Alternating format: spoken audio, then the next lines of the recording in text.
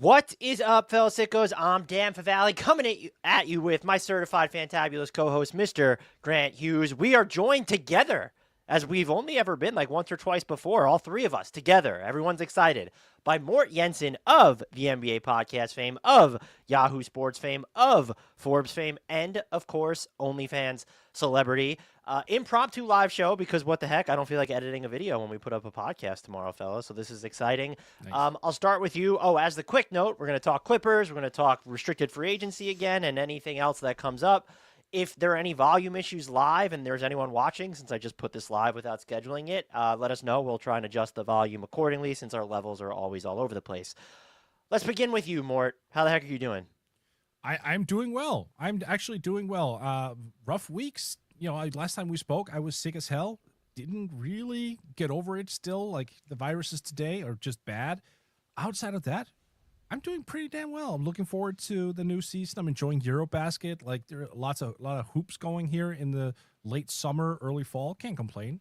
Hope you guys are doing well. Grant, how are you?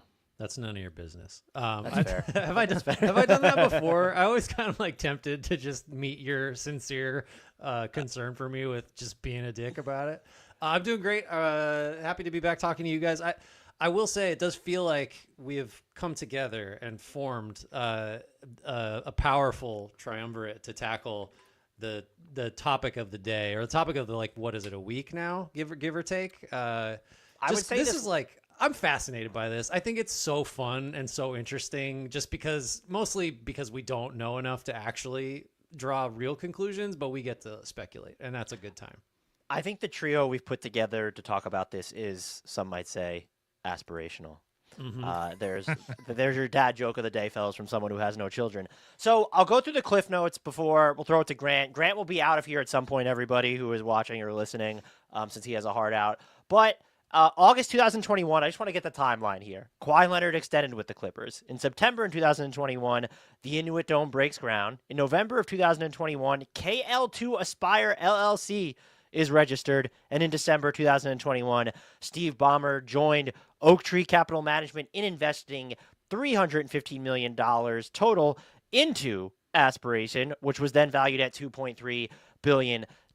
Now, the Pablo Torre Finds Out podcast unearthed that Kawhi was able to receive $28 million in 4 installments, I think the last of which was not paid, according to their bankruptcy filings, but $7 million a pop. It was way more than any other celebrity endorsers were receiving. It was essentially a no-show act as far as they can tell. He was never asked to do anything, promote anything. There's a tweet out there in which he was tagged, or it was wishing Leonard a happy birthday or something, and Aspiration was tagged or whatever. April 2022 is when the deal between him and Aspiration was signed. So what we're dealing with, he also had $20 million in stock options, which since the company is now defunct, I assume turned into nothing. There's a lot of other stuff we'll get to, such as Mark Cuban's response. But Grant, just we're now a week and change removed from all this. What are your thoughts on everything here?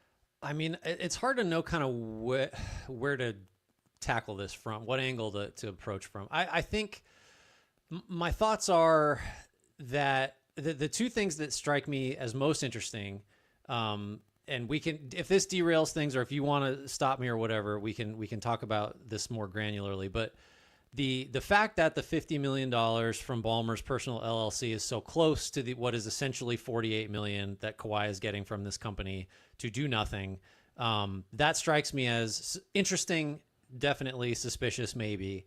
The idea that Leonard, as an endorser of a product, is worth this much is beyond insane to me, because like he was one of the best players in the league for a good stretch and can't sell shoes, doesn't do any media, like just is not someone that you would view as a valuable addition to your PR machine, like doesn't raise awareness, doesn't make things cool. So like those are just the dollars and like what they were purportedly for strikes me as odd. The other thing I'll say, and you guys can jump in or take this a different direction. I just saw Adam Silver talking in a press conference, and he was essentially discussing this whole thing as if it were a legal matter, except that This isn't. And so there is no presumption of innocence until guilt is proven, as it would be in a criminal case. There's no beyond a reasonable doubt standard of proof, which would be the criminal standard. There's no preponderance of the evidence, which in the American system is the civil standard of proof, if you're trying to prove something civilly. This is almost backwards based on the CBA, which is to say that you're sort of guilty in the Clippers case until you prove innocence, because the commissioner has such broad discretion to view circumstantial evidence like all this stuff I just brought up and the things we'll talk more about, and just decide this looks fishy. The burden of proof is on you, Clippers and Steve Ballmer, to prove that there's a rational explanation for all of this. And I don't see the Clippers having the ability to do that, to meet that standard. So I'll leave it there. Those are my disjointed sort of overarching thoughts. Just really interesting. I don't know what are you grabbing onto here as sort of the most interesting aspect of this, or if you have a more global take on it, where's your head at? Well, the first thing I did when I saw like the volume of the money involved, like the 28 and potentially 48 million, Right. was Google how much Kawhi was earning from his New Balance contract, just to kind of compare it. Mm-hmm. And the latest data we had was he signed like a 4-year extension with New Balance in 2018 worth 22 million. So like that, and that's over 4 years. To me, that's almost a smoking gun in and of itself, because it leans into your point, Grant, that he's not necessarily viewed as this, magnificent PR product. Like no one is standing in line to hand him hundreds and millions of dollars to be the front-facing figure of whatever the hell some type of, company like this is. So even New Balance, like that's always, like shoe companies are always like the secondary, or for some players, like the primary source of income. Mm-hmm. So if he can only squeeze out 22 million over 4 years, by the way, from them, then 28 million for a no-show deal or a no-play deal, whatever you call it, that just... It just seems fishy. I'm not going to sit here and say anything that gets us into legal trouble, but oh my God, does this just look so bad? I was just going to ask, I mean, I agree. It looks very bad. And maybe the fair thing to do would be to try to construct the case that is all on the up and up. So like, what is the exculpatory case for the Clippers? Like, what set of circumstances could we put out there that seems semi-realistic, that sort of explains all of this? Like, because I struggle with that. I think you can get somewhere by saying that this is a company that had what appears to have been rampant fraud, and maybe there's some book cooking happening will somehow... I don't know how it benefits a company to give someone 48 million or 20 million, 28 million, and then 20 million in stock. But like, do you guys have any sense of what a rational argument would be that everything is above board here, or that at the very least the Clippers are not, this doesn't reflect poorly on them somehow? Because I struggle with that part of it. The Clippers seem like they're already trying to make it where Steve Ballmer has that basically home court interview with Ramona Shelburne. And I didn't understand that, or the optics of that, from the perspective of, if you were so confident in your stance on this, why not talk to Pablo Torre? Pablo Torre finds out in the first place, rather than immediately go on ESPN when you know the optics are going to be viewed that they're throwing you softball questions. Mm-hmm. They've also since put out, per Ramona Shelburne, that they refused a more lucrative endorsement deal or sponsorship deal from Aspiration than they got with the Inuit Dome name. Wasn't it like $550 million or something like that? And they decided to go with the more established company, and they're essentially using that as cover, which I think on the surface probably looks okay. But what I guess I'm struggling with is, at minimum, aren't they, I don't want to use the word guilty, but there's like negligence at play here? Because you're going to say all we did was introduce Kawhi Leonard and then got out of the way and we didn't know anything about this. And so a couple things just quickly are not sitting right with me, is that this team was already docked for trying to get DeAndre Jordan a $200,000 sponsorship way back when, in a way that they weren't allowed to. You have Mark Cuban going on the Pablo Torre Finds Out podcast. I can't talk today as usual. Nothing he said really I thought I applaud Pablo for pushing back against him. I thought they had a good dialogue. but Mark Cuban sort of saying you're not giving the scammers enough credit, and this isn't enough money, the $50 million initially, for Steve Ballmer to care about. Maybe he just had nothing to do with this. And his stance was like, you're never going to know everything that's going on with your own team. That's not okay. And we saw that with Mark Cuban and the Mavericks. It was a different thing, but like the sexual like assault allegations and harassment allegations going throughout Dallas while he was there, like during his tenure. And he says he knew nothing about that. That doesn't really make it okay. And so I feel like a lot of the Clippers' defense, either directly or indirectly, is kind of boiling down to willful ignorance.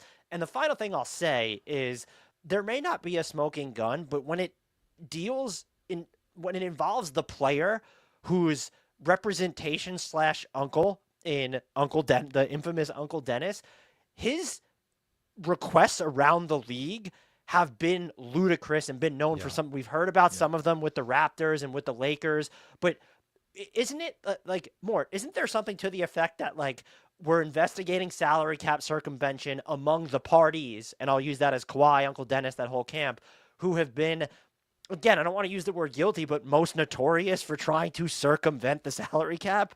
Mm-hmm. I mean, you have to consider all those factors. I think the league has started an investigation, right? They hired the same law firm that they used for, ironically, also the Clippers with the Donald Sterling case, and one more case that I'm completely forgetting.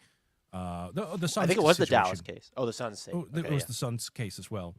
So I think those concerns are completely valid. I think the league is going to basically line out a bunch of things to that law firm and say, look, there are a lot of things that we need to get to the bottom of here. The Uncle Dennis factor of it all, that has to play a factor in some type of way. It just has to, because everything is connected, or at least that's the connection they have to be looking for at the very least. It's all just an ugly case of the Clippers right now trying to say, oh, I didn't know. Did you know? No, I didn't know. Oh, did you know? No, I didn't know. And that's going to be their primary defense, I'm guessing, is that, like you said, the ignorance part, right? And I'm sure there's also going to be some people who haven't the faintest idea, just because of like plausible deniability, honestly. We'll see how this all shakes out. But like Grant said, it is so difficult to sit here with the information that we have now and try to come up with even a remotely reasonable explanation for how that money, how that whole situation came about. Like, not the justification of the amount itself, first and foremost, that's like ridiculous. The internal structures, Steve Ballmer having invested in the Oak Tree capital management part, and that pumped money into, like, everything just reeks right now, to the point where it's so difficult to like see how those wires can get like untethered and to just like put in line. I don't see how that's going to be made a reality. Grant, what are you? I'm not sure if you listened to the Mark Cuban and Pablo Torre discussion, but what do you make of sort of Mark Cuban saying if Steve Ballmer or the Clippers themselves knew about this or were culpable in this, why let that company fail? Wouldn't you pump more money into it to kind of hide your salary cap circumvention?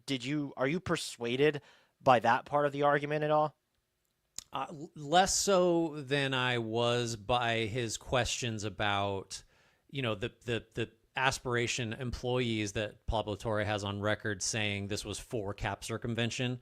Like that was compelling to me, because you do need to find out, and this is what the investigation is for. How are those people possessed of the knowledge to say that? Like, where did they get that term even? Like, what does aspiration know about the NBA salary cap, right? Like, they're just paying some guy, like, so that kind of thing, that's interesting to me. But no, not really, just because, like, if you're Steve Ballmer, yeah, maybe you make a mistake and invest in something. Why are you going to for one, throwing more money at it kind of makes you look more guilty. Like, in addition to doing this shady deal, you're going to throw more good money after bad to cover it up. Like, the cover up's worse than the crime aspect of it. And maybe you're just smart enough to realize that, oh, this is not a real company. Like, why am I think we should just dust our hands off and walk. I think both of you kind of touched on this. to me, one of the ironies of all of this is the sort of demonstrated shadiness of the Uncle Dennis of it all might be the way that the Clippers can absolve themselves here, because they're like, look, this guy's got a history of asking for the moon, right? Like it's just this, the guy that is running Kawhi Leonard's businesses and is quote unquote agent, because he doesn't really have a real agent. He's done this sort of thing or something adjacent to this, or tried to do this several times over the years. Like, we can't police that guy. Like, that's not on us. Now, that doesn't change the fact that Ballmer is investing in this company, or had invested, and all that stuff. But you can at least point to, if you're doing like a suspect lineup and Ballmer is one of them and Uncle Dennis is the other, and a few things about both of those guys, you're going to be a little bit more persuaded that maybe Uncle Dennis and the Kawhi side of it is where the like malfeasance actually happened. But then that gets back to the other thing of, I do think there's a way that Ballmer personally could sort of he does have some deniability. Like, it is not realistic for him, or like as Cuban says, for any owner to know everything that's happening with your organization. I don't feel like that absolves the Clippers of potential punishment, right? Like, because somebody in the organization, if the allegations are true, was on board with this. And maybe that wasn't Ballmer, maybe that wasn't even a very high level person, but it's still the Clippers. And if you're the commissioner, if you're Adam Silver, I guess maybe it's not as bad if it's a lower level person that is sort of how you tie the Clippers to this. But it doesn't get you out of jail, I don't think, right? Like, shouldn't it still, like, you're, as the owner, you are, if not aware of everything, you sort of are responsible, and the team is, you know what I mean? Like, I feel like Ballmer can look okay if things go a certain way here, but I don't feel like the Clippers are going to get off the hook entirely. What do you guys think about that? I just think I need to ask Steve Ballmer how much he's willing to pay for a fall guy, basically. I'll take it. Can I get the Kawhi deal? I would agree with you, Grant, that I think something is going to come from this. And as you mentioned at the top of this entire podcast, like, the CBA kind of lays it out, and Zach Lowe did a good job of breaking it down, that you don't need, everyone's like, the smoking gun isn't out there. But Don't like need it. the burner, you just don't need it in this situation. I just don't know. Like, Adam Silver, in his comments too, which he had today at the Board of Governors meeting, was very, we believe in due process playing out. And this seems like a situation where that they will not drag this on, but this will take a while. They will let it fall out of the news cycle, and maybe it comes back in if the Clippers are so good. And it's like, oh, they shouldn't be allowed to be doing this right now. And then the punishment isn't going to fit what I think a lot of people believe is happening here. But I also don't, while the burden of proof might be lower, I'll throw it to both of you, like, what would a smoking gun in this instance look like? There's not going to be people liking this to the Joe Smith thing. There was a signed agreement, like, between him and ownership. It doesn't seem like that is going to come up here. And so, short of if we don't believe the aspiration employees, we're not going to believe the Joe Sampson guy, whoever he was, like, that's going to be in, if he came out and said, yeah, we did this, like, as a, no one's going to believe him because of the way that everything that he did and what happened to that company. Short of Kawhi or Uncle Dennis or Steve Ballmer just admitting to it, like, what does a smoking gun, whether it's a document or an admission, look like in this case? I don't know that there is likely to be something like that. One, because, like, who's that dumb, right? Like, you can't, these need to be phone calls. These can't be emails. These can't be meetings with the minutes taken. Like, can I just say one thing? When Mark Cuban said that, if Steve Ballmer did this, then he's, like, super dumb. Why would he ever do that? And I was like, my first response was, it's like almost as dumb as thinking that you could sell your controlling stake in a team and retain control of it. Yeah. No, I don't think there's something like that. As we're kind of hashing it out, I do think some of the language in the contract that Leonard, or the agreement that Leonard had with Aspiration, specifically the stuff about, if any of this is against your beliefs, basically granting him the right to say no to literally anything for any reason, which is just like, to me, like, contract law requires that, like, there's offer acceptance, something has to be given as consideration, or otherwise there's no real bargain.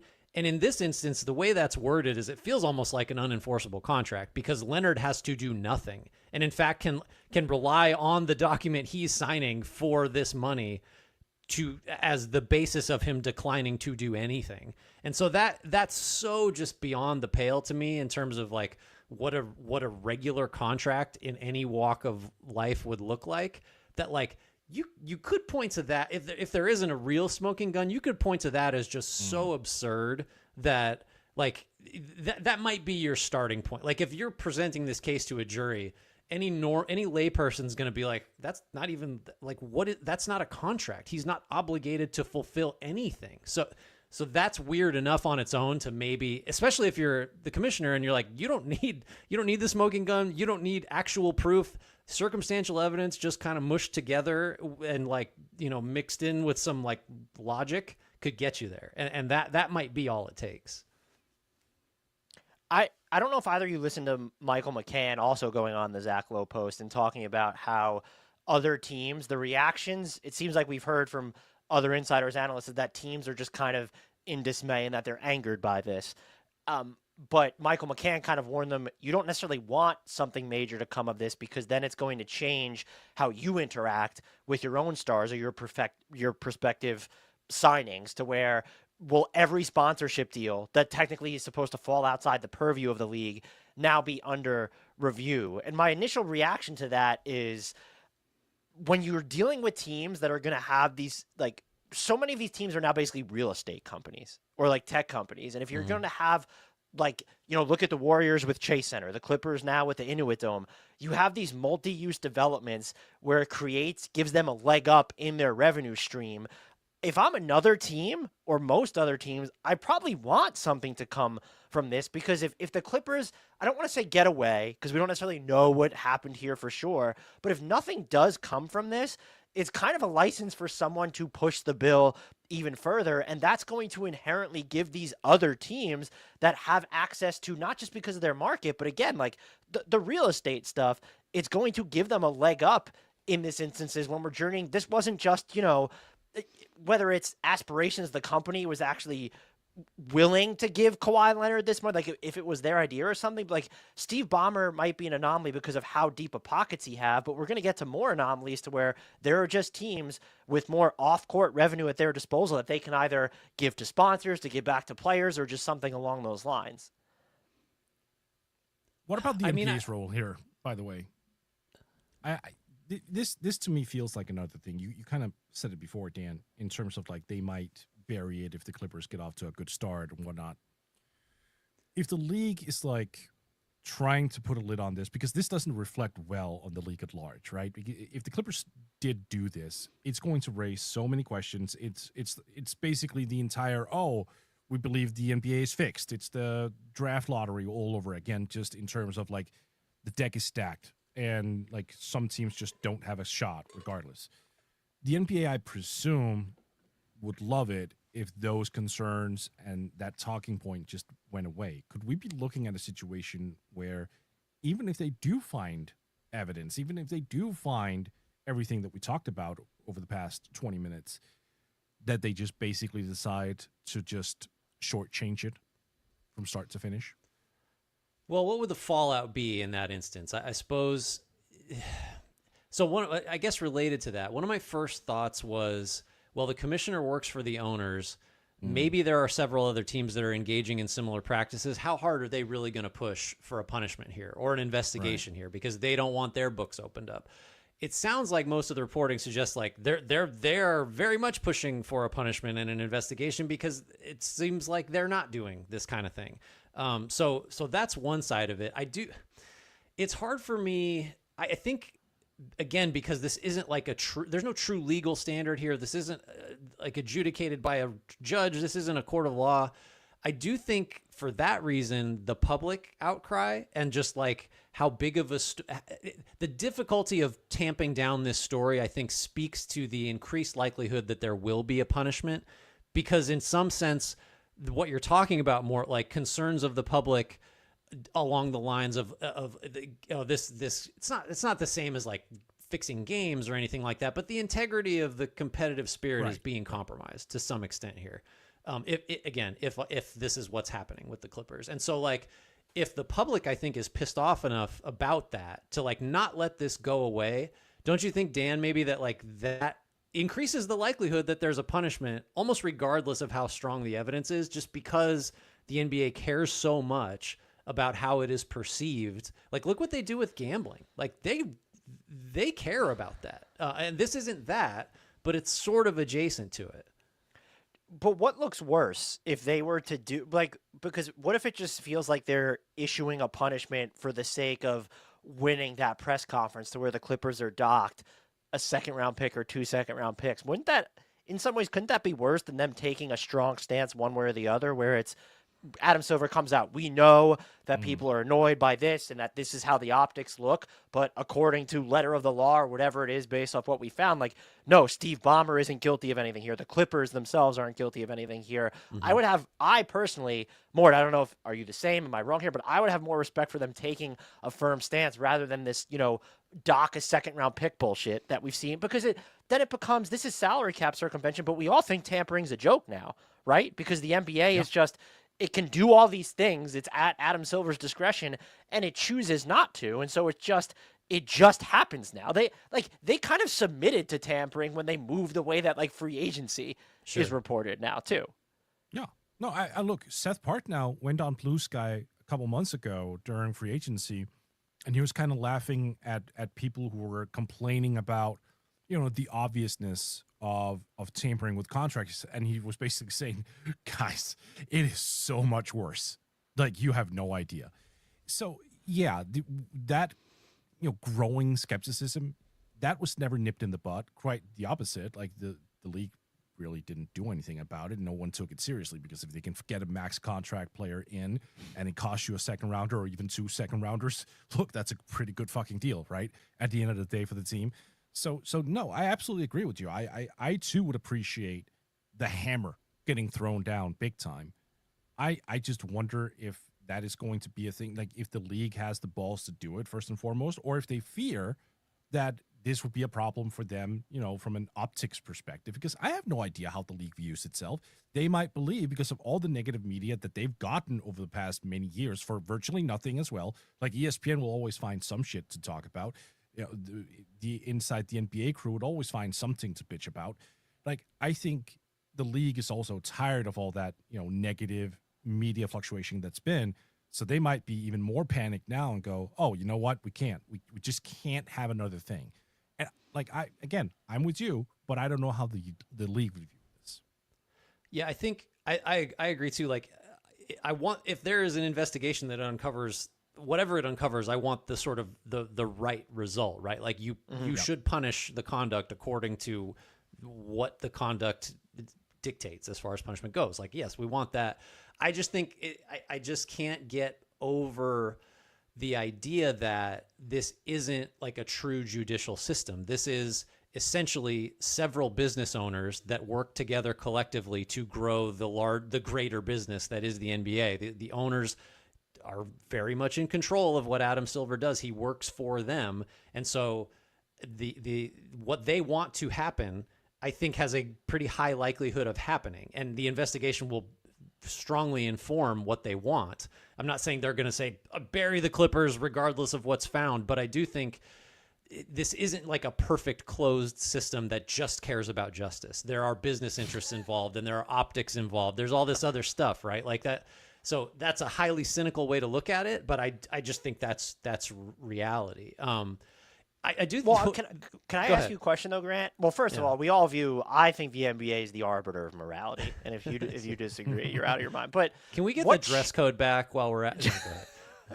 I'd like them to police what music is listened to as well. The arena music. There's too much dancing involved.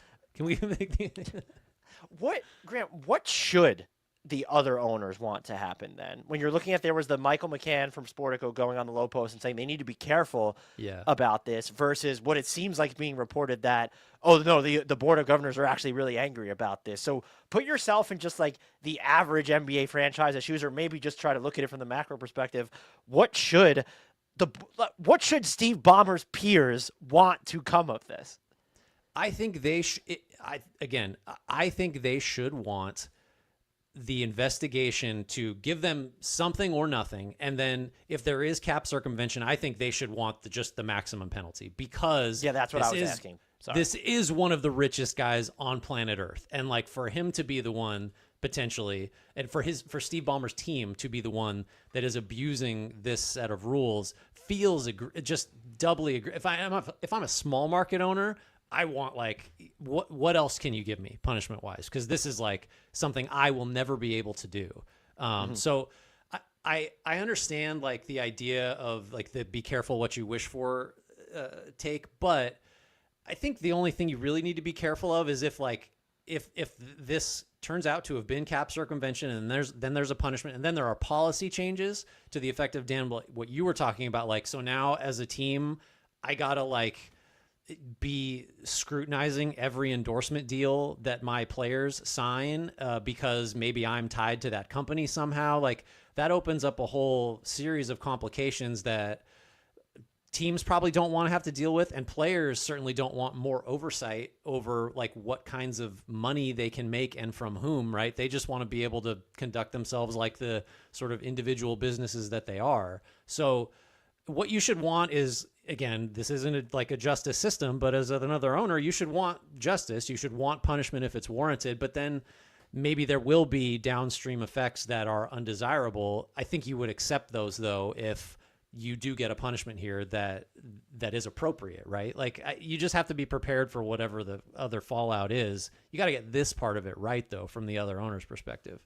And what is an appropriate punishment here? Like, let's assume for a second they do find a so-called smoking gun. Everything is like, well, proven. sorry, shouldn't it be more so based off what we know right now? What should the punishment be? Just because we don't know because if they don't find anything more damning, because I mean, the other thing, by the way, this too is I don't know that I like the timing. I guess it aligns properly with his extension, but I think that people were assigning, I guess this is like pro Clippers for a moment. Mort, don't you feel like they're assigning too much value to Kawhi signing this team-friendly max extension, because he had a torn ACL at the time? Him signing a shorter deal and getting back out onto the open market didn't necessarily serve his best interests either. And so I don't know that I've necessarily understood, because it's just been repeated and then kind of taken as fact at a lot of places. And so I don't understand that as well, which is for all to say, like, I think some of the case presented could feasibly get weaker. So I'd be more curious as to, you know, more like, given everything you know right now and how you're looking at this, like, what is the appropriate punishment? Or do you think there's enough here to, I guess, according to the CBA, there is enough to levy a punishment, but like, from your perspective, like, what would be a fitting punishment based off everything we know right now? Right. So I actually hadn't noticed that people were trying to like couple this together with his extension and trying to say that he took a below market deal. I have not been super online as of late when it comes to like what people say.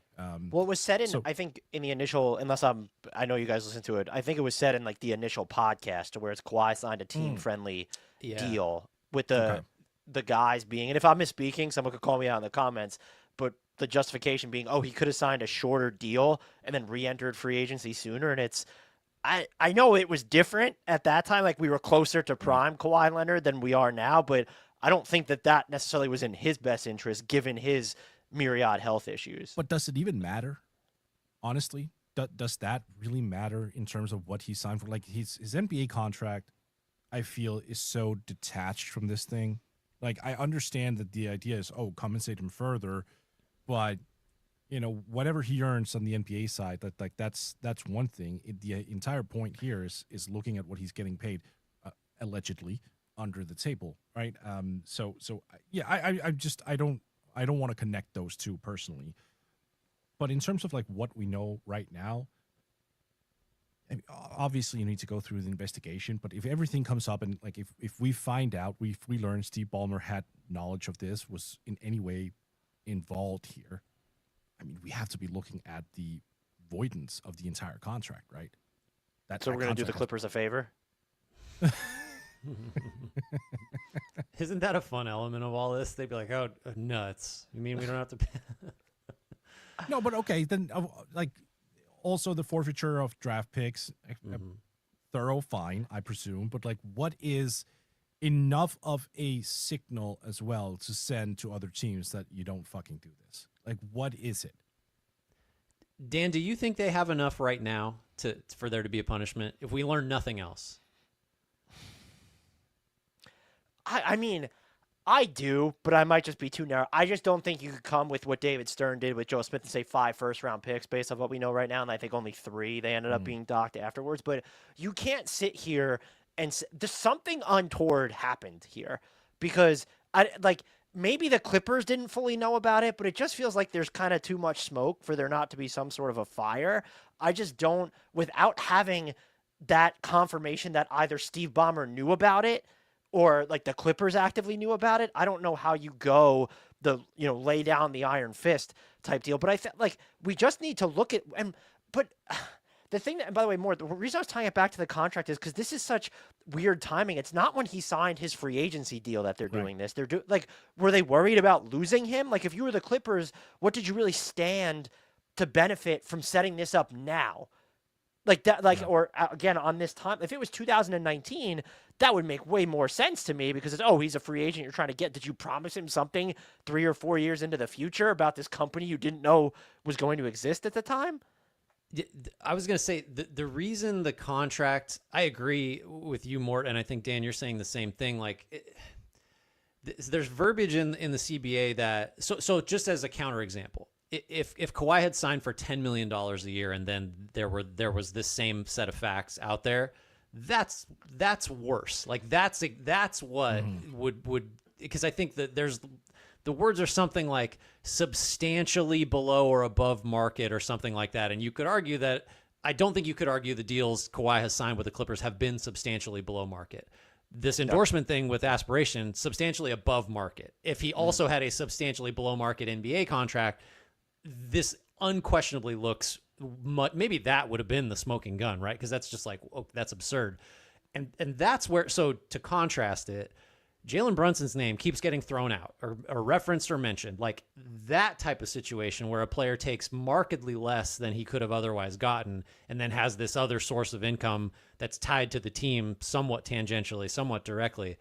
That's a different set of circumstances. I feel that's for bad love for of the game. I feel bad for love Jalen of Brunson the game. because he just keeps catching strays and there's nothing out there to indicate anything untoward happened. But you know what I mean? Like that would be just to push back on the people talking about Kawhi's contract as like, oh, he took a sweetheart deal or no, I don't think that's not persuasive to me. I mean, with Jalen Brunson there, I mean, there was clearly the connections to the franchise. If we find something's happening, compensating him off the court, it was easier to envision him signing that sweetheart deal because of kind of how he entered the league and how small guard. He's never been considered the best player in the NBA at his peak. And Kawhi was. But Grant, since you asked the question, do you think there's enough here for the NBA to implement some type of punishment? I think that based on the way that the CBA is worded, I would argue that Adam Silver does have enough. Again, it's his discretion really to levy a punishment. I would be shocked if it was a Joe Smith level thing because that was basically everything that was allowed under the rules as far as punishments go. That's me saying I think there's enough here for Adam Silver to punish if he wants to, is not the same thing as saying I think there will be a punishment if we learn nothing else. I think they're going to have to find something else in this investigation or there will have to be an increasingly loud public outcry, whether that's from fans or other owners or whatever, for there to be punishment based on what we know right now. I don't know that that's the right result. That's just kind of what my gut says. Because as it is, there's no direct evidence. There's coincidences. There's some shady stuff with a business and Uncle Dennis that's of course weird things happen. I think you could, speaking of the term, I think the NBA and Adam Silver could have plausible deniability and say not quite enough. The investigation didn't uncover more. We're not persuaded and we're going to walk away. So long answer short, I think there's enough that if the commissioner wanted to, he could punish. As of today, right now, unless more comes out, I don't know I don't think I'm confident he would. I don't think they will. If everything we know right now is all we end up knowing, I don't think anything's going to come of it. I would actually be Yeah. pretty surprised if it did. Because think of the precedent you'd be setting, right? You Yeah. like then talk about the other owners being concerned. Like then, if this is what it takes to get you docked first round draft picks and fined and all this other stuff and contracts voided, like, I mean, that seems like a little bit much to me. Where are you at with this, Mort? I think it's tough. I think it's really tough because, again, we don't know the exact parameters of anything. We don't know what Steve Ballmer knows. We don't know what the lower end people know. This is all theoretical. I think what Grant said earlier is something that I really lean on in terms of like it's just such an egregious external contract to be signed where Kawhi basically has to do virtually nothing to get paid, approximately up to $50 million. Like that to me, if we were looking at the smoking gun, would be the one thing to say, look, justify this in some capacity. And that's where you run into this whole thing, like looping in the Clippers. Like, are the Clippers the one who have to justify that, or is that aspiration? Like that's the tough one for me. If you can loop the Clippers in any capacity where they have to justify it, if you're already getting to that point where you as the league can have that sit down with them and say, okay, look, now the burden of proof is on you, the Clippers, to prove how he deserves 48 up to $50 million on this external deal. Yeah, then I think you're in line for potentially giving them a fine or some level of punishment. But to what extent, I have no idea. I think we can all agree that naming the LLC KL to Aspire was probably a terrible idea, though, on Uncle Dennis's part, because we probably aren't even talking right now if it's more subtle, right? Yeah, could be. Yeah, this felt pretty clumsily done overall. But, the last thing I'll say, because I got to jump off, I don't think, like, Kawhi Leonard doesn't really strike me as looking bad here, because, like, you get presented with this deal from Aspiration, and you're like, yeah, all right, sounds good. I'll take your $50 million. This seems great. I don't have to do any. You know what I mean? Like, it's shady. It's, like, morally questionable. But it's like, if a company wants to pay you money to do nothing, I think you're going to say yes. I would. I mean, if we're being honest, Uncle Dennis has done quite well for Kawhi. Great job. Great job. Yeah. Well, he's as a strategist, he really has positioned Kawhi pretty well. Grant, we will miss you as we get to talk about Mort's favorite player signing a $100 million deal, though. Is there anything you'd like to say to the kids before you sign off? Just try to find the Uncle Dennis in your life and let him take the reins. I think is probably the takeaway here. Get you someone that loves you like Uncle Dennis loves Kawhi. All right, thank you, Grant. See you later.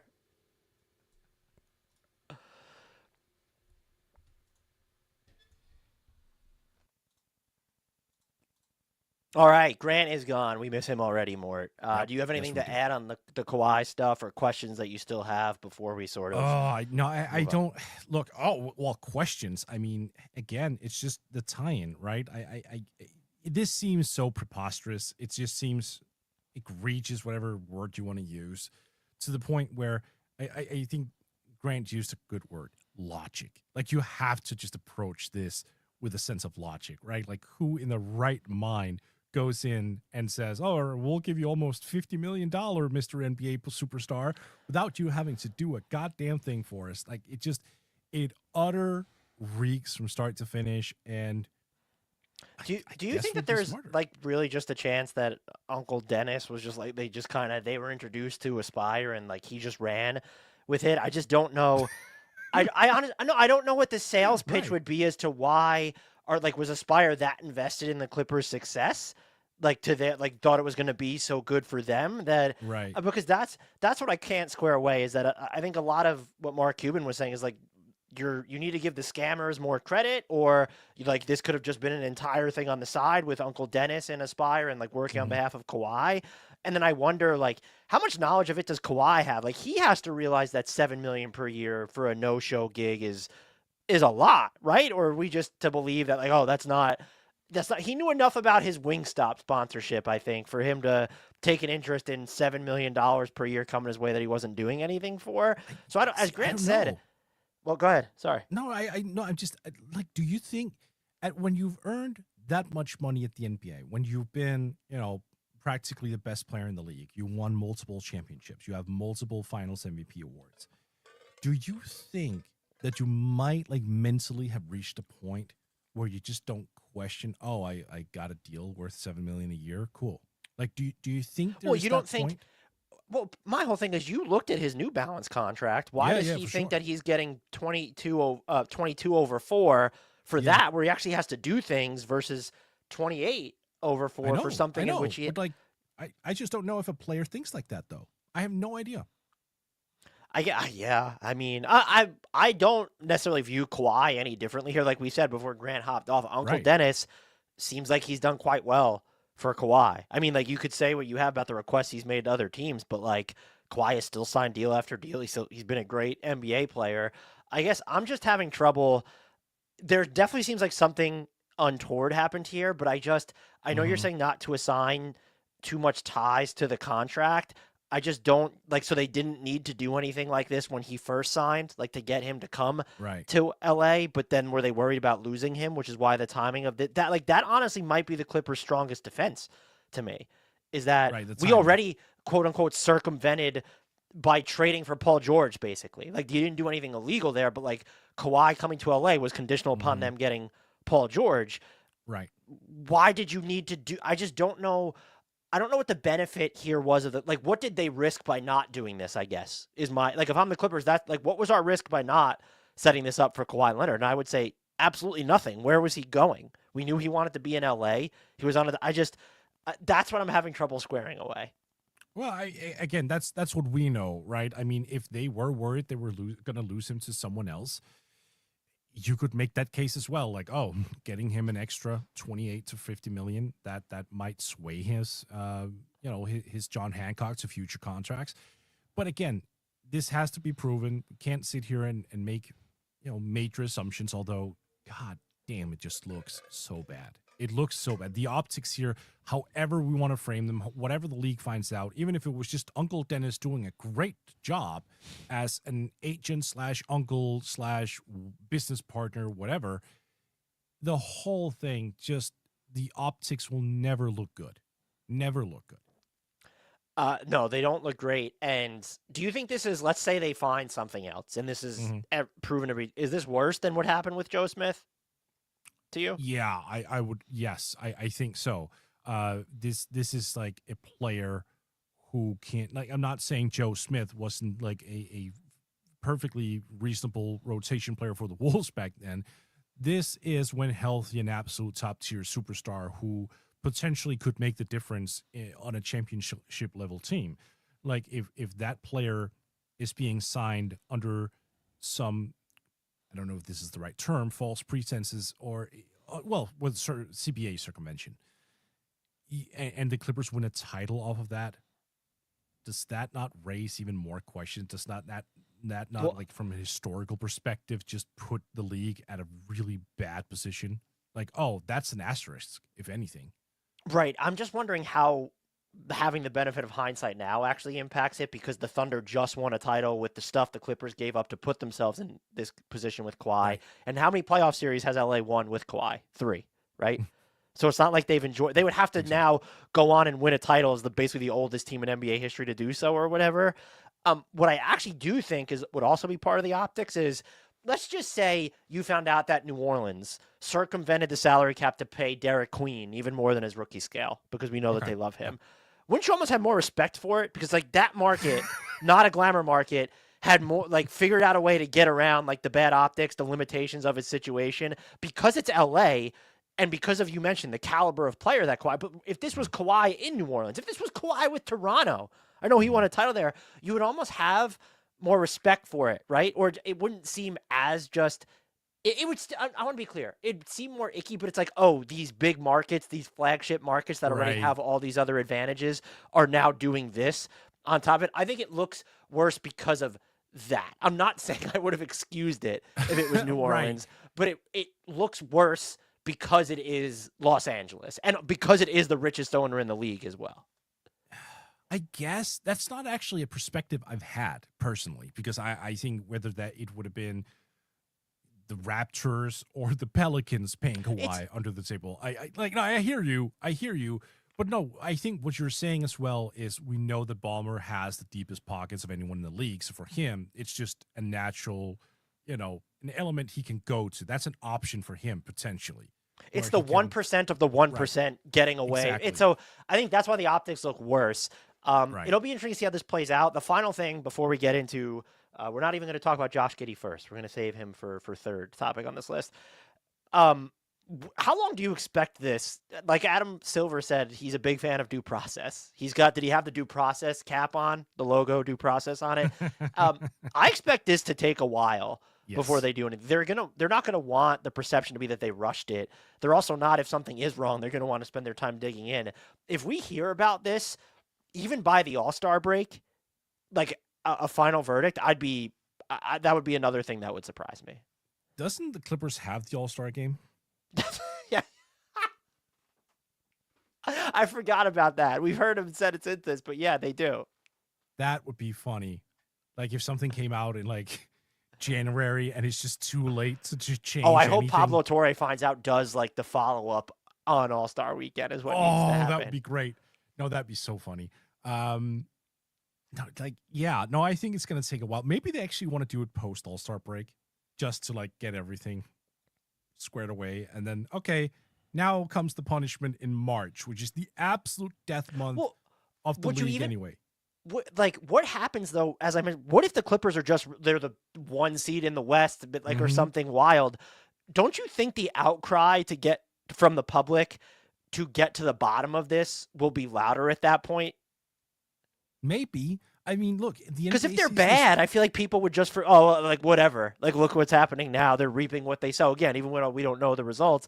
But if they're really good, and by the way, right, I did the Clippers look ahead like 8 to 10 hours before the news broke on this. The Clippers might just be really fucking good if they're any semblance of healthy.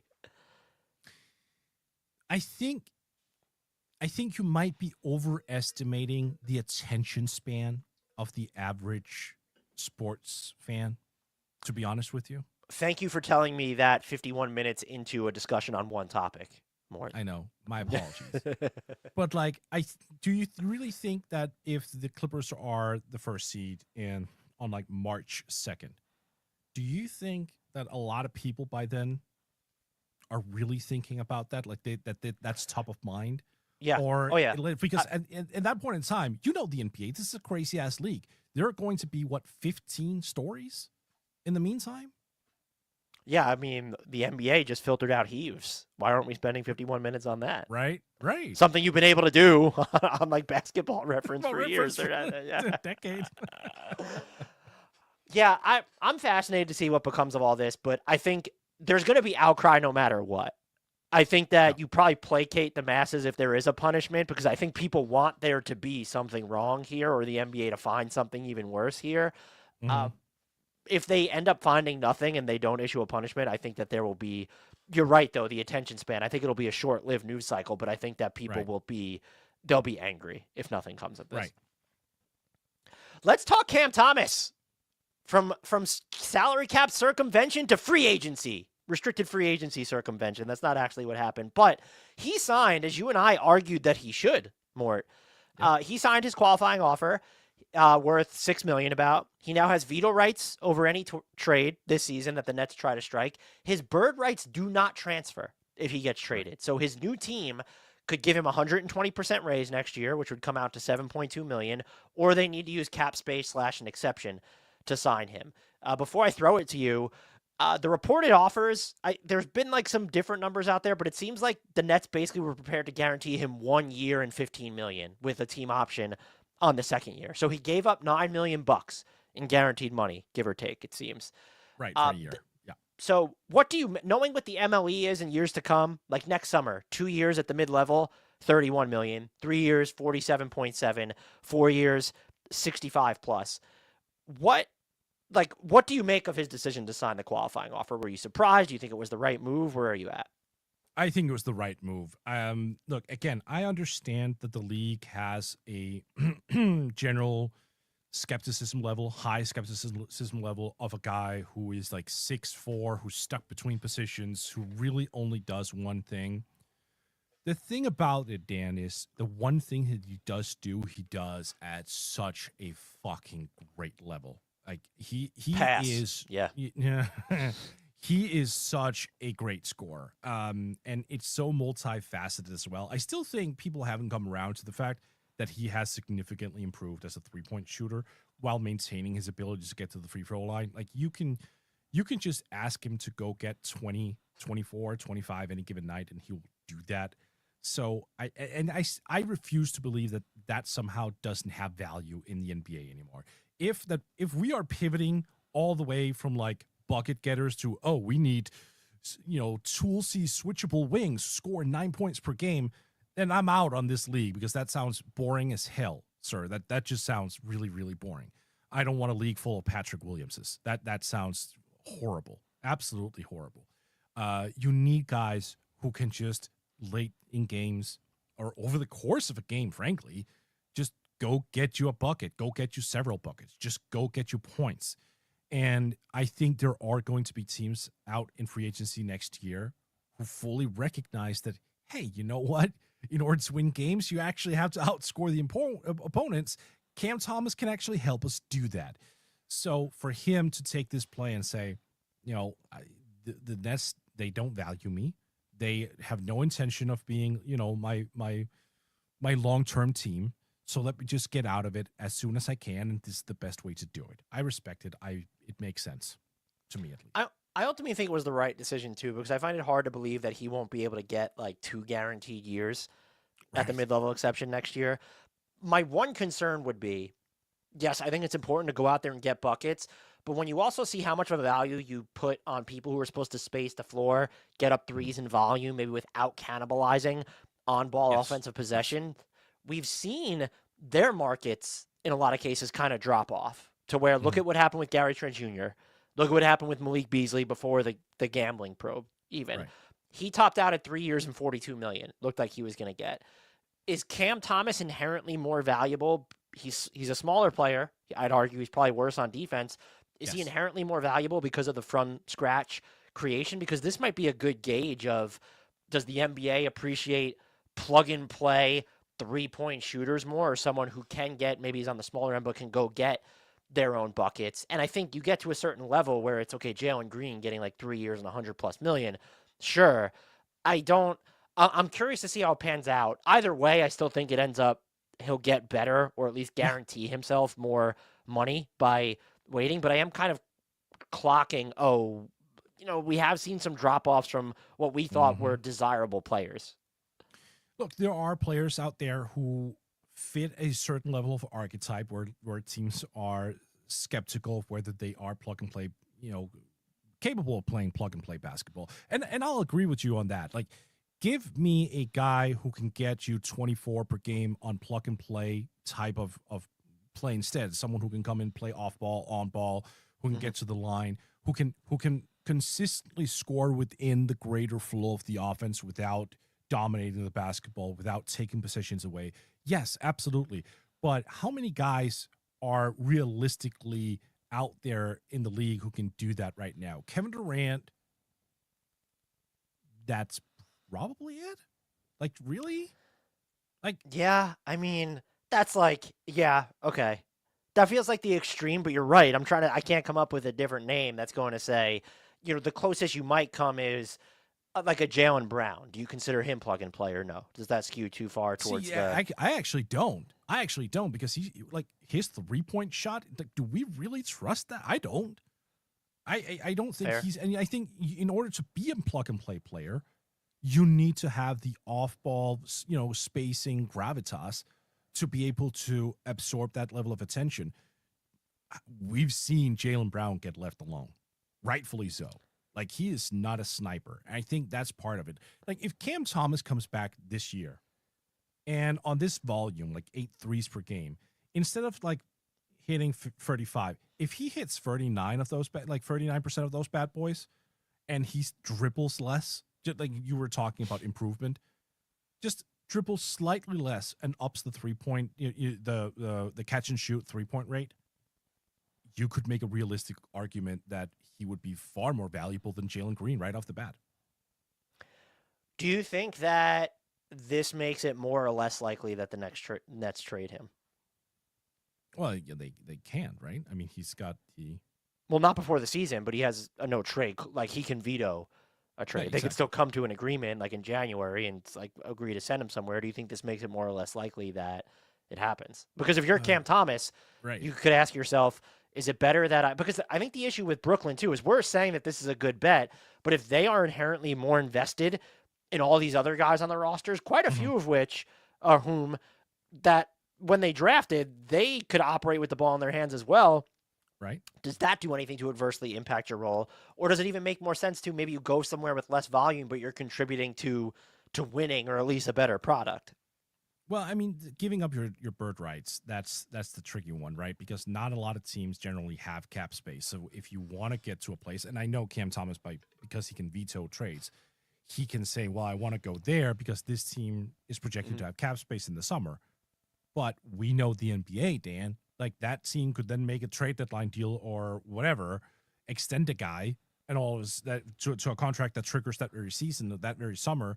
Lo and behold, suddenly they won't have the cap space available to like sign him to a major deal. So, it's got to be one of those situations where he has to like figure out, is there a fit that catapults me into a different type of conversation where I know I'll get the minutes, where I know I'll have the impact, where I can then go out on the open market and I can just get my money that way. If that situation is out there, I would be open-minded if I'm Cam Thomas for a trade. If that situation doesn't materialize, then I'd just rather hang on to my bird rights just in case.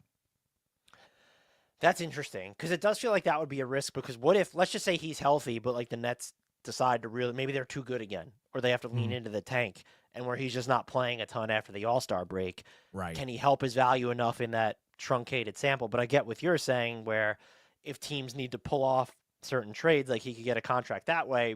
At the same time, the Nets are like one of the teams that are going to have a boatload of cap space as of right now, next summer still. So how important is like the sign and trade scenarios, especially when you look at base year compensation issues since his salary is still so repressed? I think if I'm him, I'm probably even more open-minded to it than you're suggesting he be, just because I want to be in a position to where can I be in the rotation of a team that is playing basketball that matters more than Brooklyn Nets basketball after the All-Star break. I'm not saying a contender, but or even a situation like, I don't know what the package looks like, but maybe it's a means to get them out of the luxury tax midseason. If you end up on Boston, who needs a possessions eater this season, they're probably not going to be a contender. Well, who knows if they're even going to be a playoff team? But like, if you could go somewhere like that where it's an interesting organization, like, no, they're not going to be able to keep you just because they're not going to have your bird rights. But can you make more of a case for yourself to other teams from a team like Boston than you can with Brooklyn this season? I was thinking of a different Eastern Conference team. The Cavaliers. Like, if you could get in there, and because there's no Time Jerome anymore. Lonzo, we don't know. And we don't know how much he's going to play. There might be a real need for guard production. Yes, it will be off the bench. But look, in Cam Thomas's situation right now, as you outlined, there's a risk that he's not even starting for the Nets this year because they want to invest in the rookies. Like, who knows? He's probably not going to start on a lot of other teams either, not because of lack of talent, but if he wants to go somewhere like where the spotlight is going to be on him, a lot of nationally televised games, those are usually pretty good teams where they have their starting lineup in lock. So a Cleveland Cavaliers team, for example, they're not going to say, hey, Donovan Mitchell, go to the bench because we just got Cam Thomas. Like, that's not going to be a thing. But they have what I would assume is a pretty broad opening at the guard spot, because if Lonzo, like, I think you and I said this, that we would consider 40 games out of Lonzo like a good season. We would consider that like a slam dunk. Are we going to sit here and say that Sam Merrill is going to play over Cam Thomas? No. Oh my God, really? No. This isn't a Cam Thomas thing. Hold on. Okay. It's a roster construction thing to where you already have Mitchell and Garland, and in moments where one, or if you want both of them off the court, having Sam Merrill around Evan Mobley as you're trying to grow him as a creator does more for Evan Mobley than it would is replacing that. That is with fair. Cam Yes, Thomas. that is fair. That's I not a get Cam that. Thomas thing. I wasn't saying All right. Sam Merrill All is. right. But to our points, it's just the Cavs are interesting because then you would be on a contender. And can you contribute off the bench to a contender? I think if I'm him, I'd probably want, again, because you're giving up your bird rights, I need to go somewhere where I'm guaranteed to be like the 6th or 7th man. I don't know if he would be that in Cleveland. I guess because Strus and Hunter, assuming they're both, well, once Strus is healthy, Hunter or him will be the 6th man over Cam Thomas. And then but like you said 6th or 7th. Like I would have to assume that if DeAndre Hunter is the 6th man, Cam Thomas is the 7th. But I could see them like favoring Lonzo and so just because you have Darius Garland and Donovan Mitchell. Like what about Denver? As an example, they don't have that like other shot creator coming off the bench. That's fun. I like that. Okay. They've already traded with each other on the Michael Porter Jr. deal anyway. Yeah. Matching the money gets difficult at $7 million because I'm assuming they're not going to want to take back Zeke Naji, but you could figure out a way to do it. And Denver does have its 2032 second still. So like you could probably, and again, Cam Thomas has the no trade clause. The Nets just might want to wash their hands of it if they're not planning on paying him. There are ways that you could figure it out. That'd be fun.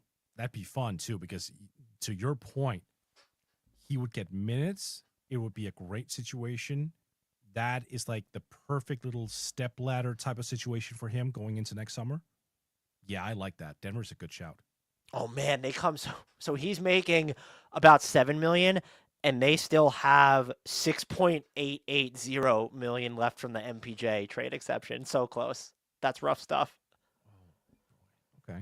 You could still make it work, is my point, especially because they're more flexible with the types of trades they could make now. But do you think so? But I guess it's fun to throw out destinations. But do you think that could actively help him more than staying in Brooklyn? If like, I don't even want to say that we know he's going to have a role, but knowing what you know about Brooklyn and maybe the risks involved later in the season, or maybe they just don't emphasize him as much as they're trying to groom these other youngsters. No, yeah, in that situation, yes. I would also throw the Pacers in there as an example, like just turn Andrew Nembhard into the point guard. He played most of the last season at the 2. Then throw Cam Thomas right in there into the thick of things. Like having him gulp up a lot of minutes for a team that's going to have a certain level of attention on it would be far more interesting than the Nets. Because let's just be real about it. There are not going to be a lot of people watching the Nets this year. It's going to be a year where a lot of Yegor Demon fan club, stand up. Let me get up for a second. Really? Okay, interesting. I like not him. There. Yeah. All right. That's fair. I always hope the best for every young player coming in. I'm a little skeptical of him. I don't know if I trust the jump shot. I don't know. I need to see a little bit more before I'm fully sold. But yeah, assuming he gets to a place. What about Milwaukee? Would you prefer what they have Ryan Rollins and Kevin Porter Jr. and Trent, but like none of them, AJ Green, Cole Anthony. He should play over a bunch of those guys. If Milwaukee can get him, that is at least a very interesting way of, restructuring their entire roster after the whole Damian Lillard wave and stretch from the summer. That would be fun. That would be a smart way to actually go about it. They would get significantly younger. I don't hate that. What's the deal there? I mean, he could be their number. I mean, it would have to be mid-season unless you're getting rid of Kuzma now, but I don't know why the Nets would do that unless the Bucks are including a first-round pick. But at mid-season, you have a bunch of smaller salaries to play around with. And Cam Thomas can't be traded until January at this point anyway. Yeah. No, that'd be fun. I wouldn't hate that. He'd be their second option, wouldn't he? Yeah. Yeah, absolutely. No, absolutely. I mean, right now their second option is either Miles Turner or Kyle Kuzma. That's not great. Maybe even KPJ. Anything else on Cam before we move on to your guy? No, I like him. I think I'm higher on him than consensus. And look, if I'm wrong about him, that's fair. Josh Giddey, sir. 4 years, $100 million. He initially wanted $30 million a year. Yep. The Bulls were offering 22.5. They came in the middle of 25. As of right now, I haven't seen any options reported. You can correct me if I'm wrong. No options. It's on an ascending scale. it will top out the value. People are worried about how it's going to age, which we're going to have a discussion about, but it will, just for notation's sake, it will top out as 15.17% of the salary cap right now. So let's start here. Mm-hmm. Your impressions of how this ended. How do you think this deal is going to take it wherever you want to, Mort? This is your arena. Well, look, I mean, this is the play-in 9th seed of an NBA contract. So, it's fine-ish. I mean, look, Josh Giddey got paid. That's cool. It doesn't, I wrote about this over at Yahoo. It doesn't in any way alleviate concerns about the floor space, like the on-court product. Whether Giddey was going to be paid $18 million a year or $35 million a year, it wouldn't change the fact that he's still someone who struggles to play in that plug-and-play role that we talked about before, because the spacing issues aren't, they are pretty prevalent. People look at and say, he shot 38% from three this last year. Yeah, most of them were painfully wide open and spot ups. Like, it's not, let's be real here. He wouldn't cross guys up and just drain threes in their faces. In fact, when he took pull-ups, it went down to the low to mid-20s in terms of efficiency. So, let's not pretend as if Josh Giddey has somehow become this great three-point shooter. Those spacing issues, they still remain. Defensively, we'll have to see how he looks this year. Last year was bad. It was really bad. He got burned constantly. So, at the end of the day, we can sit here and talk about the contract. Does it matter? It only matters for the structure of Chicago's books, and we know damn well they're never going to go into the tax. They're never going to do A, B, and C. They'll find a way. If things get too expensive, they'll find a way to dump guys. So I'm really moving past the whole, how will the salary structure look for Chicago? The salary structure for Chicago will look as it always does for them. They'll be over the cap, under the tax. Ho-hum, that's it. So I have to look at what this gives them. Does this change a chance to extend Vooch? Yeah, sorry, that's go ahead. Great. That'd be fun. This is just it's a continuation of a plan that's not yet fully fledged, fully developed, however you want to phrase it. This is just them doing virtually nothing and expecting it to magically pan out. And we knew this coming in. We knew this back in July. We knew this back in June, that would be the case, because they made it pretty obvious that they did not want to lose Josh Giddey. I think a lot of people, particularly Bulls fans, were hoping that he would take the qualifying offer and then he would sign somewhere else next year. Now that's off the table. So I guess Bulls fans enjoy Josh Giddey and the middling efficiency and the mid-tier results that he's going to yield. Yeah, this is uninspiring, but I don't know that if you're a Bulls fan, or from our perspective, I don't know you could have looked at this and expected a different outcome. I mean, I guess the fact that there's no player options on it is like a win for the Bulls optically. So there's that. This is just sort of, you use the word ho-hum. This is sort of there's a chance it doesn't age into a bad contract, but I think for the value he provides to a franchise in their current position, if you aspire to do anything more than contend for play-in territory or carve out a path to get there, I don't think that this is a good contract or good fit. Maybe they have other moves up their sleeve, but this is not the Bulls. But that's the point, though. It's just it's uninspiring, but it's not unexpected. And I think compared to what they could have done, this is a better outcome than giving him 5 years at $30 million a pop, or with a player out or something along those lines. Right. No, absolutely. And it's further proof, Dan, in many ways. And this is funny because we were talking about the Cam Thomas situation, right? The league is on to that caliber of player, the undersized shooting guard who doesn't really add a whole lot. But where the league isn't caught up yet? To the raw stats. Giddey had tremendous raw stats, but his influence just wasn't there. So that's good news for guys coming into the NBA. Hey, look, player in college who's going to be a first rounder next year. If you can get into the NBA and just average 15, 5 and 5, and it doesn't matter about efficiency, defense, or any other fucking thing, you'll be golden. You'll sign for 80, 90 million just because you have that magical all-around line Like the raw stats is still king, baby. Don't get it twisted. It does nothing for them. It doesn't. I would argue that the best course of event would be someone else. The Nets, for example, just signing him away and then the Bulls just not matching an offer sheet, because I think the Bulls honestly would be far more interesting if Kobe White, Kevin Huerter, those guys, Ayo Dosunmu, became sort of the lead guards, like that shared lead guard position where everything is like you have shooters, you have guys who can bend defenses, you can actually create a 3-point oriented offense. Whereas here, you're forced to tailor your entire offense around Josh Giddey. Whether he earns 14% of the cap or he earns 25% of the caps, it does not fucking matter, because you still have to play through him, because that's the game that he has. It's just all so pointless for the Bulls.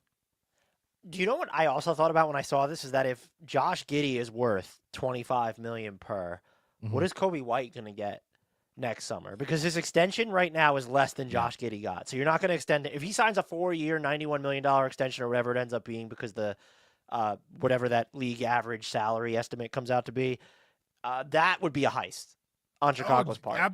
Look, then the NBA would have to go immediately from the Clippers to the Bulls to investigate. Yeah. So he hits the open market next year. I'm not saying he'll get this, but a 3-year max would run about $162 million. A 4-year max runs about $224 million. A 5-year max runs about $290 million. What does he get? Now you could say the whole, well, we don't know how many teams are going to have cap space. Nobody had cap space this year, and Josh Giddey still got $25 million per. And if he had minimal leverage, we agree. Okay, Kobe White's older, he's smaller, he's better.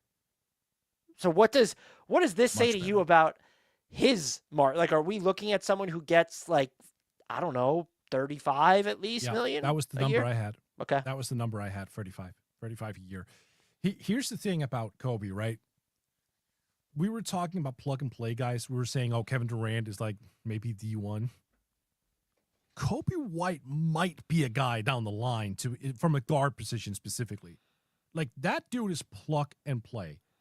Great off the ball, has really taken strides on ball. Not necessarily someone who is that shot happy that he won't be able to make the right read. Like, he is tremendously underrated, partly because he plays in Chicago and everyone has given up watching the franchise, which I relate. He's going to get a shit ton of money, rightfully so. I think the Bulls are still in that very weird sphere of things where they expect him to return. And I can't figure out, Dan, if I'm just looking at the Bulls going, oh, honey, no. Like, if they really believe they have a chance here, like, why would Kobe White, even if they offered him $35 million a year, like, why would he want to stick to a franchise that is just so unambitious? Like, why would he? He's a borderline all-star. He's about to enter the prime of his career. Why would he want to just waste that away on a team that just has zero aspirations? And remember, he has no obligation because he's an unrestricted free agent. He can sign wherever the fuck he wants. I think there are two things that could play a role here. The Bulls giving him a 5th year worth so much money to where, what if it's a 5-year, $200+ million deal? You're Kobe White. You have to think about that. Mm-hmm. The other thing would be, is Kobe White going to have suitors next summer? And so there's about 10 teams that project to have cap space. I think it will end up being fewer. It just works like that. Agreed. But Agreed. there are teams like the Nets, when they don't control their own pick in 2027. Detroit, depending on what happens with Jaden Ivey. I know Pistons fans probably want someone bigger as that secondary option to Cade, but because Cade is so big, I think it gives you some flexibility there. Again, just saying, if Jaden Ivey doesn't pan out. Charlotte could have cap space. I mean, they have a ton of guards there already. And the other thing is that in this instance, you could look at sign and trades, although base year compensation, oddly enough, could become an issue with him because he's so cheap right now. So, again, we already kind of have the base. What's that? The Lakers? I don't think they're going to have cap space next year. I think I've kind of just written them off. I don't think they're going to end up working with cap space. That's like LeBron retired situation. Yeah, right. For sure. That's the thing. He's such a wild card, I think, after this season with those the burps that came there. Like, if he wasn't interested in retaining, his position there and whatnot. But like that's a team I at least have circled a little bit for Kobe. So I think that would be, if you're Kobe, is the leverage going to be out there? As of right now, I don't think we could say for sure, but I definitely think he will have more leverage than Josh Giddey did this summer. Yes. And so if you're setting the over-under at $35 million a year, or let's say, I think you have to go over as unless the Bulls, maybe he gets traded. Like, do you think that's at all going to be on, like, is Chicago going to have its sort of come to reality moment, or are they going to decide? Because the other part of this too is I really like Kobe White more, but if you're the Bulls this time next year and you're sitting here, we're talking, and they just have like $65 million a year committed to Kobe White and Josh Giddey, I know the cap is going up, but that's not the most inspiring like combined investment. Do you think the Bulls look at it through that lens though?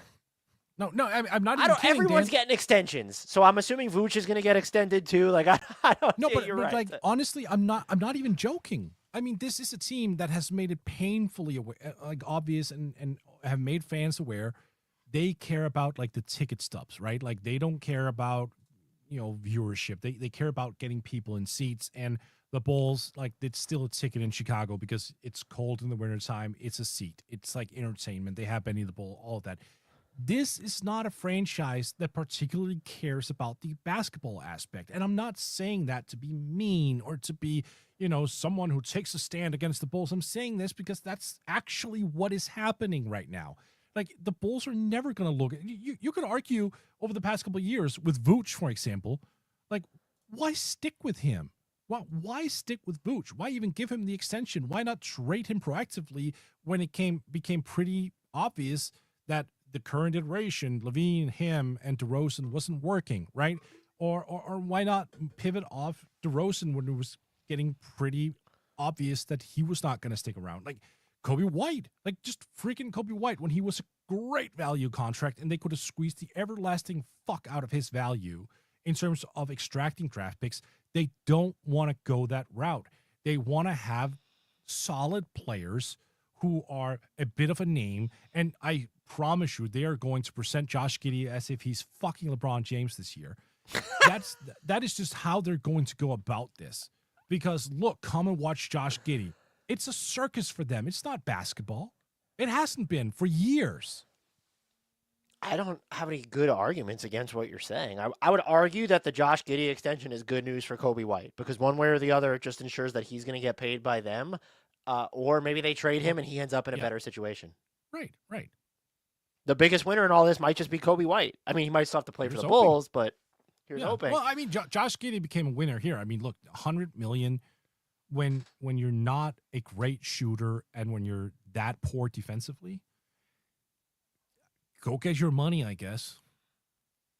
I still wonder how much of this is just the raw dollar amount of sticker shock, because I think you could say when you look at it from, okay, well, what are the Bulls doing? 15% of the salary cap seems like a lot, but it's also not. It's just he's a tough case study because I don't think he's like the worst NBA player alive. I just think for a team in the Bulls situation, if you were going to invest in the player Josh Giddey is or who you think he's going to become, this isn't the move. And that's why it's tough to separate. That's the problem for me, is it's tough to separate Josh Giddey, the player now, and what he could be versus whatever it is that the Bulls are like. The Bulls are doing fuck all right now. Right. So, and I think that's what's really difficult about this. Maybe that's a more interesting discussion too. What is it that we expect Josh Giddey to eventually become? Like, again, like he would have to, and I cannot overemphasize this enough. He would have to, Dan, become this very, very, very strong off-ball shooter to gain the necessary advantage being an off-ball player, so that opens up the floor for more players. If he is still going just to be like a spot-up guy who can't create his own looks from three, and if he has to be wide-ass fucking open to take them and make them, that floor spacing is going to be a night-to-night sacrifice that you're going to have to live with. In the year 2025, soon 2026, I just don't see a pathway here unless that three-pointer becomes an outright strength of his, even off the dribble. where what he gives up spacing wise and defensively, not to talk about defense as well. Like, how is this going to work? What do you so when you want to see the 3-pointer become a strength, you're talking about off the dribble specifically. Look, I think there's a chance because he's had stretches before that he'll hit catch and shoot threes at a good clip. Like I think that's totally within the realm of possibility. When you're talking about off the dribble, you mean you want to see him like dipsy doing off the bounce and firing step backs, or is it he gets a ball screen, is able to just take 1-2 dribbles into a pull up? Okay. Yeah. Probably not outside the realm of possibility. Look, he does have in the aesthetics of the floater game. And so if he's able to work off the ball, catch, make quick decisions and drive, get to his floater, he's probably not going to be someone who puts a ton of pressure on the rim. I'm just trying to think of like what would be a good player as a realistic exemplar for him to turn into that would make you feel better about Josh Giddey, both on and independent of the Bulls. I actually have one. I think you can appreciate this, but we're going to have to go a little bit back in the memory bank for this one. Remember when Tyreek Evans came into the league, and he also an all-around guy, right? Like he was one of the I think he was one of the first players alongside like Mike, LeBron, Big O, or something to have like a 25-5 rookie season, and he won Rookie of the Year. One of the major obstacle for him, that was the same with Josh Giddey. Like he couldn't shoot. Then he came to, was it Memphis? I'm going to have to look this up because this is an old reference, but he made it to Memphis one year, and that was before he got suspended by the league, right? Because of, I think, some drug substance issues, yeah. things. Yeah, exactly. He made it to Memphis in the 2017-2018, and he started hitting a three ball at, 39.9%, so 40% clip on 5.5 attempts per game. And he was, averaging close to 20, 5-5, wasn't even starting full time. Like he was finding his game there. And I remember that year in Memphis, the way that he played, given that he could suddenly hit the three pull, both off the bounce and off the catch. Like he had that capability that all of a sudden when he had the ball in his hands, he had to get picked up further along the court, right? Like you just couldn't back off of him anymore. That opened up the slashing game. That gave him that secondary layer of, I can get into the teeth of defense. I can make a drop off. Like that is that pathway. Although that was a rough pathway for Tyreek specifically, because that was like, I want to say 8 years after his rookie season where he had like the 25-5 thing. But that pathway of being the all around guy who suddenly realizes, you know what? I actually have to integrate myself into the office in a way that optimizes other players. Where if I don't have the ball in my hands, I better goddamn be a threat so defenses can't cheat off of me. That has to be like the player in my mind that makes sense. Yeah, it does feel like Tyreek Evans had more on-ball oomph as a scorer, but I think did. that yes. So that, yeah, but my point was I can't even come up with a good one. There's like, what about like a less physical Denny Avdia might be potentially one. Like, can you hope he turns into something like that? But was defensively, he's never a decent shooter, like right off the bat, or am I misremembering? I mean, like Denny, even now, you're not trusting him to drill a ton of looks off the dribble, like jumpers off the dribble. Like he's gotten a lot better. Yeah. No, that's fair. So I just don't have like the great, and it's so, what really I struggle with is because this on-ball archetype is a little unique as well, because there's a passivity there as a scorer. There's a not getting all the way to the rim there as a scorer. So that like just increases the variance, because like Denny Avdia can get to the rim. And then he has Tyreek Evans, as your example, had a different cadence to his game. I don't know what to say. Josh Giddey should view this player as sort of aspirational, like to do something, not, skill for skill, but something along those lines. Mm-hmm.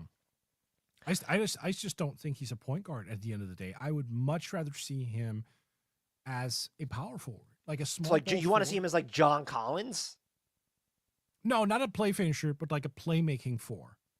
Because I want to, like, again, less physical Julius Randle. That's actually not a bad one, all things considered.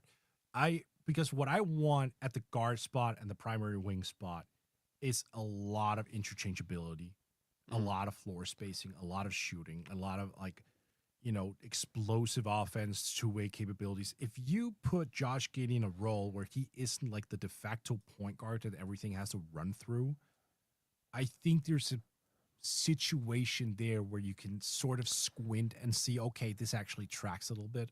Like that makes sense that he's not the primary dude, that you have a bunch of guards on the floor, a lot of ball handlers. Because if it's Josh Giddey as your primary ball handler and he has to play with a big man, like let's just say Vooch, what's the upside there? Where do you get the secondary tertiary ball handling? Where do you get the positional flexibility? Where do you get the defense? Where do you get A, B, C, D, E, F, G? I don't think point guard is his spot. Also, we've seen him try to defend point guards because the Bulls apparently keep letting him try to do that, and that's a shit show. Let's wrap up here. Jonathan Kuminga, Quentin Grimes remain. Mort, do any one of them, and I think you could look, if I'm Quentin Grimes, and I know my sample size is smaller, but it's smaller in a good way. Josh Giddey might have too much of a sample of telling us one thing.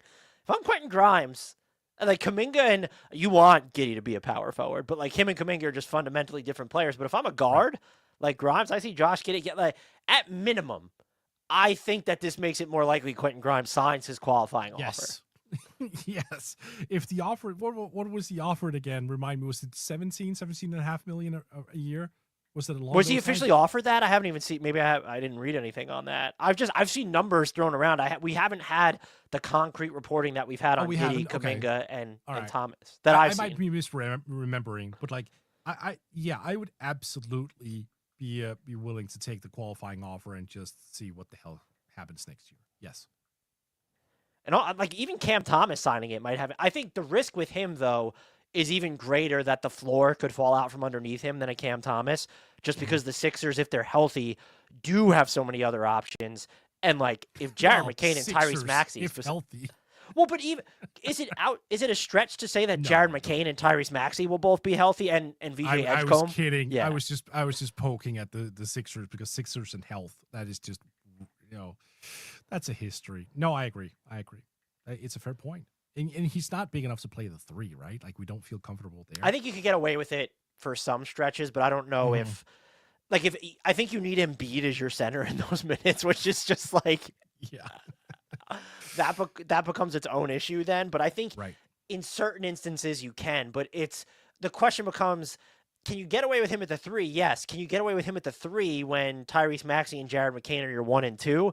It's more likely you could get away with Tyrese Maxey, VJ Edgecomb, but then at that point, VJ Edgecomb is your 3. So it's a tough situation for him. Like I almost wish he landed in a different situation in Philly where he broke out simply because of the guard glut that is there. Again, depending on how the Lakers end up acting this summer, he's also a guy I have sort of circled for them. I think that type of player who can play both on ball, off ball, and complement Luka in the backcourt, I think that should be high on the list. I think there's a lot of potential there. I wouldn't be shocked if he's a guy many teams would go out next year if he signed the qualifying offer and went, a 6'5", like more or less traditional shooting guard who can sort of play the wing here and there, who can shoot off the catch, but who can also initiate pick and roll situations. Fuck yeah.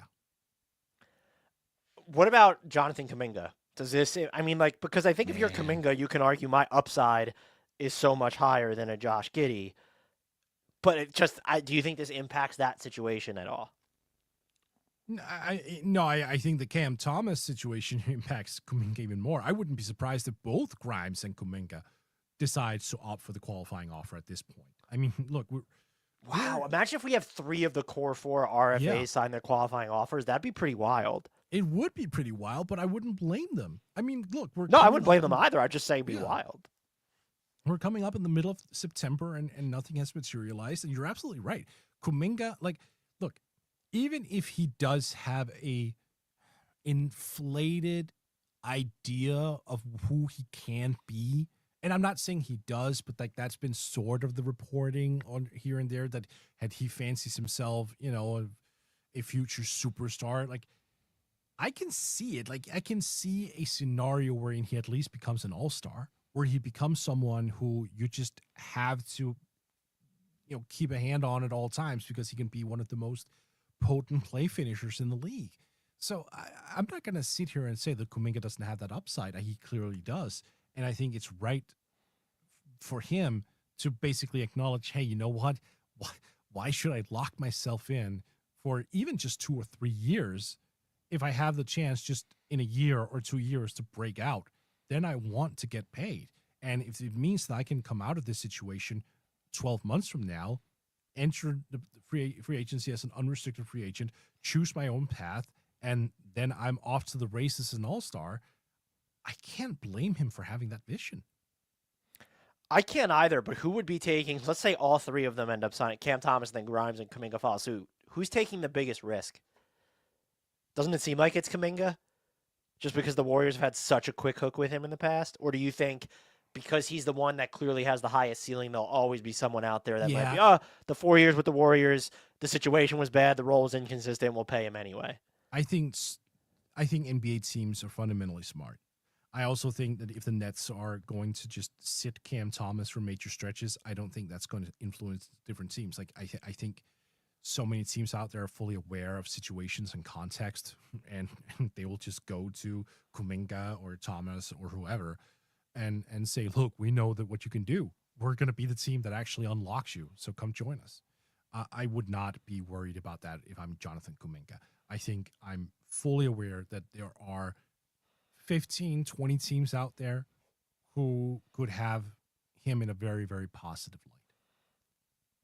If you're the Warriors, does the Giddey deal make it more, I don't want to say palatable, but are you inclined to be like, fine, here's 2 years and 50 with the team option on the second? And maybe they should have been inclined to do that before. Like the Josh Giddey situation of it all shouldn't affect them. I think it's absolutely preposterous that they're so limited in terms of their flexibility here.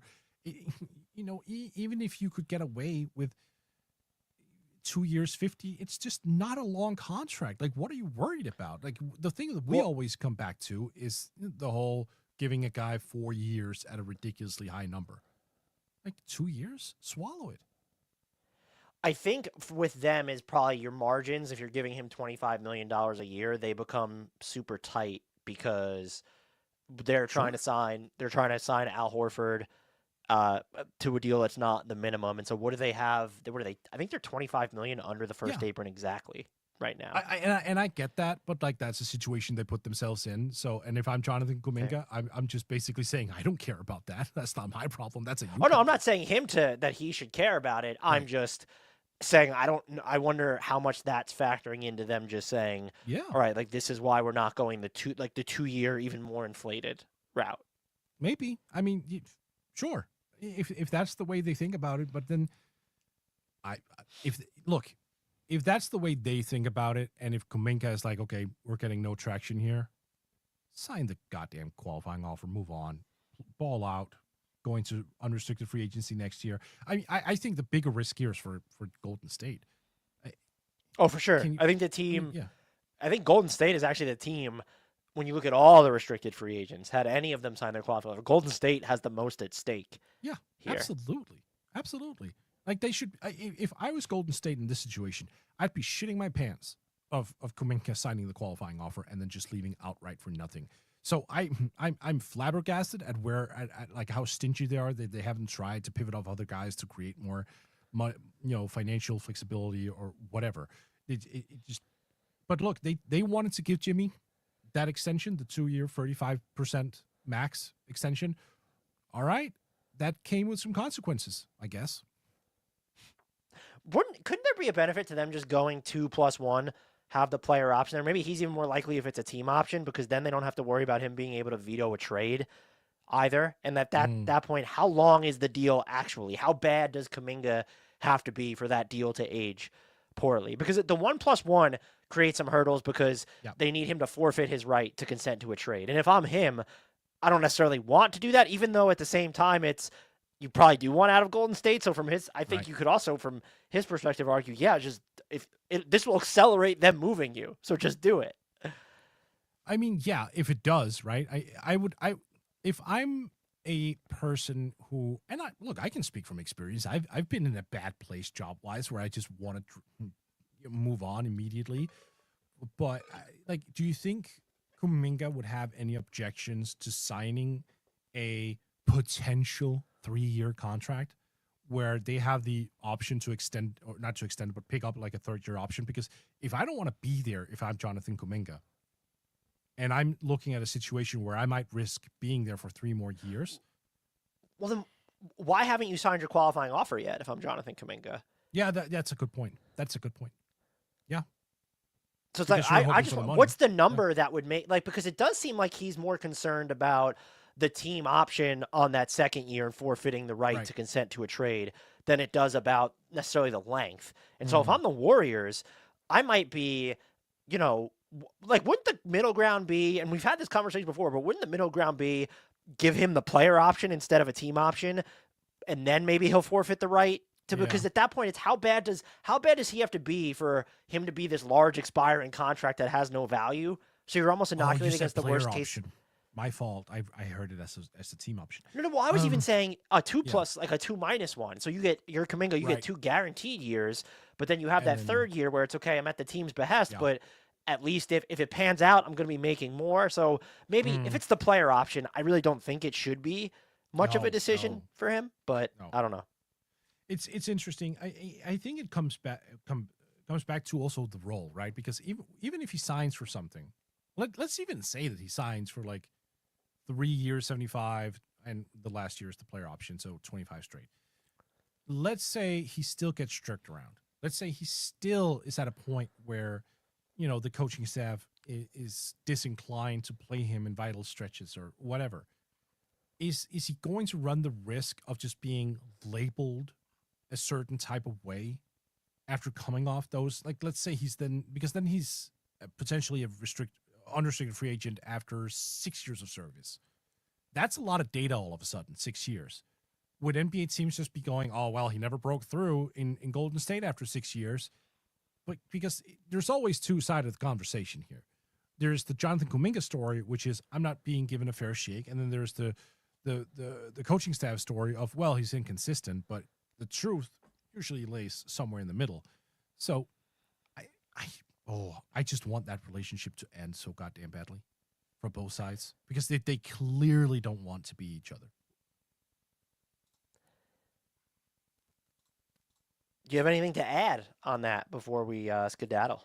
I do not, sir. Can you just tell the audience of both your podcast and my podcast where they can find you and all the fantastic work that you do? Yes, absolutely. You can find my work over at Yahoo Sports, over at Forbes, and then I'm at the NBA podcast.